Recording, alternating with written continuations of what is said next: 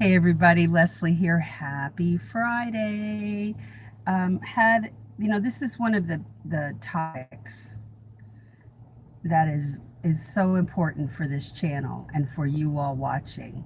That there are a lot of people stuck, and so we're going to go over some questions for you that you should write these down. Statements that, despite your passion or desire for something, you don't go forward. You don't start moving towards that passion or desire. You just stay back, like, oh, I can't do this, okay? Um, Others see more potential in you do than you see in yourself. Now, I can't say that I had that growing up, but sometimes we hold back and other people know we can do something and it's killing them that we're not going forward, or that we can't get beyond something that's holding us back. And it will hurt it's not hurts that it does hurt their soul. It hurts them in their spirit, the people around us, that we can't get over this hump. And they cannot push us except to support us. I can't say that I've had that, but I've had the opposite, where there's no support. There's no support. All right, so number 3, you believe that others have held you back or stopped you in some way. Number 4, you believe you have potential, but you're very afraid to move toward it. 5, you feel stuck. 6, you're worried about embarrassing yourself. I think that's a big one for a lot of people. What if you go for it and it doesn't work out? And you'll feel like more of a failure than you already feel. It's that sometimes we have to go toward it to find out if it's for us or not. You are hiding behind shame or guilt. You have given up on certain goals or dreams because of something in your past. Now, I can say that it was a struggle for me because I was a single mom in my early 20s and then got married. And sometimes people want to hold that over your head. And sometimes they do it silently and not so silently. And that shame of that, or, you know, just that feeling you have inside that you wish you had taken different steps, can go with you, and it hinders you from going forward. Been there. Um,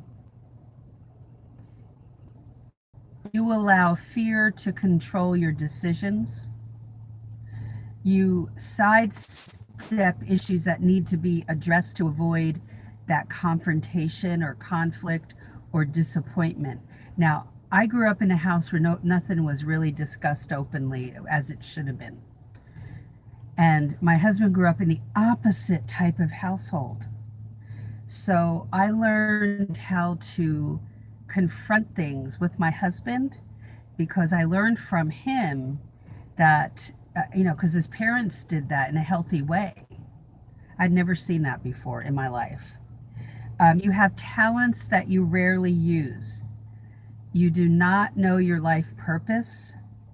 You think or speak in negative terms toward yourself, the negative self-talk, right? About your abilities, about yourself, about your goals. And you're waiting, this is the final one, you're waiting for everything to be perfect before you go ahead. And I can attest to this, nothing will be 100% perfect. It won't be. So the question is, are you ready to break free, break this baby open, break away from the past, break away from those people that say that, wah, wah, wah, the negative stuff, and stop the negative self-talk within yourself.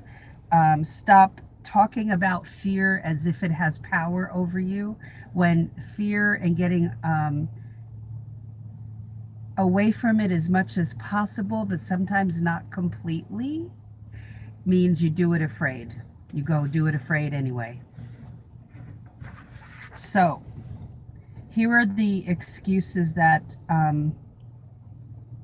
I hear all the time, and I've said these: I don't have enough time, I don't have enough money. I felt this the next one. I have kids, they're holding me back. Nobody was holding me back from anything, and I came to realize that. Even when my kids were little, I came to realize that was just an excuse. I don't have the right experience or education. I got into this field with a high school education. And that doesn't mean, oh, it was easier 28 and 29 years ago. Let's listen to me. People are breaking in with just a high school education right now. I don't have the right background. Look, I'm from Paterson, New Jersey. You want to investigate? That's still, and it's a lot tougher town now, but it was tough back then too. And I'm from hardworking immigrants. Hmm. And from my mother worked in a factory. Um, my grandparents and an aunt and uncle owned their own delis. Um, what else can I tell you? My father was a supermarket manager.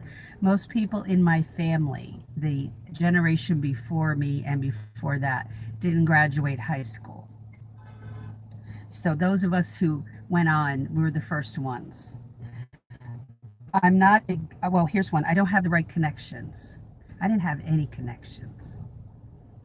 I just had a stubbornness, not that doesn't mean I was fearless. That just means I was stubborn, and I was going to jump into this field. I don't care what anybody was telling me, and didn't want to give me that opening.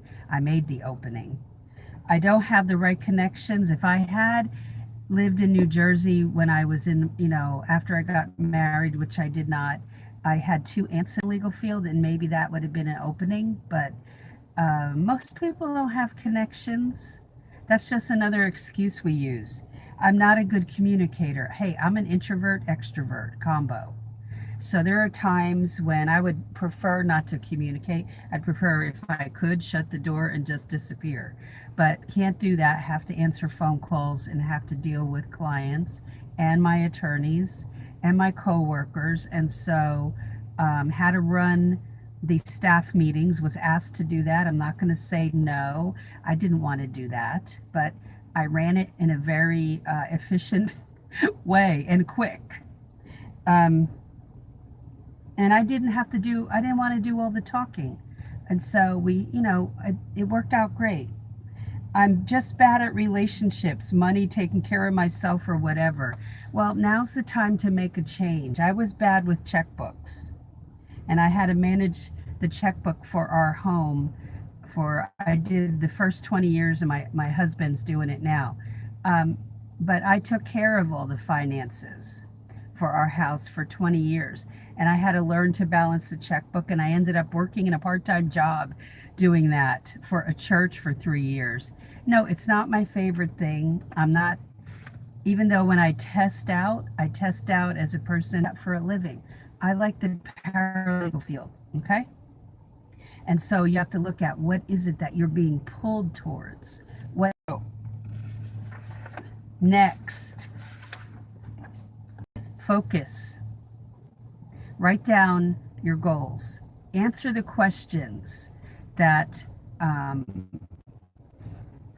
posing. I'm going to pose some more here. Okay, so identify where you want to be.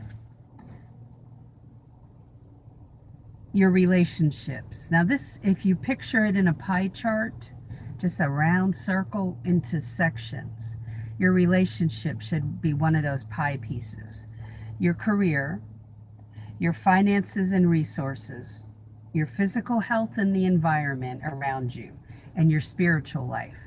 You should mark down, percentages on there, like what are you satisfied with?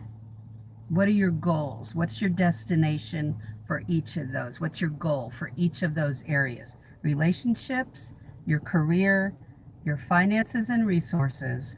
Number 4, your physical health, a circle, and then divide it up into one goal for each of those areas. That's important for your life. And I'll think about that as I'm driving around, or as I'm When I'm teaching you, I'm thinking about where am I in each of these areas? How satisfied am I? What's my goal in each of these areas? I'm doing it too. So, how do you close this area, this gap that you're feeling right now? That here's the paralegal job, but you're over way over here. And how do you close that gap? Well, you've got to focus your thoughts and have a game plan. Just like a basketball coach or a football coach, they can have plans laid out and they have to adjust it, right? According to how things go. But you have to write some of this down and go, okay, I'm going to take this step and then the next step. Use your words wisely. Do not self mutilate yourself, verbally, and just say those bad things to yourself and rehash the past as you're driving around. I do this. Every day I have to just take my thoughts captive, as the Bible says, and not let my thoughts control me. Target your actions, and then meaning you're going to have goals and you're going to go forward towards them. And you're going to have action this week or over the weekend when maybe you have more time. You've got to grab time during the day and focus it on you, on the goal that you have in mind. And then how's your relationship spiritually with him? And ask him to show you, ask him to bless your efforts, ask him to show you what your next step should be, just to be dropped in your lap. But go forward and put effort in spite of the fear, and do it afraid. Because I do it every day afraid. I had to learn software last night for my work, and part of me thinks, what if I can't learn it? What if I can't do it? What if I look like an imbecile? What if I look stupid? That type of thing when I try to teach somebody else using that software. But that's not going to happen. And if I goof up, I'll learn my goof ups. So that's it for today. Thanks for being here with me. I appreciate you for hanging out with me. Comments below. Let me know if this was helpful. And don't forget, first step is to get my book, Legal Break-In. If you don't know if this is for you or not, you got to make sure that you're going down the right path. And that gives you an insider's view. So get the Kindle book is available right now. It's in paperback and Kindle, whatever is better for you, it's right there. And you can start reading right away. But whatever is good for you. The second step is get on the wait list and ask a legal inner circle class, okay? But get on the wait list so you don't miss out. I only offer this class 2 to 3 times a year, and the next time won't be until early summer, but you might as well. I provide via email, and I don't. So have a great day, and I'll talk to you in a video maybe over the weekend. I'm not sure yet. So have a great Friday.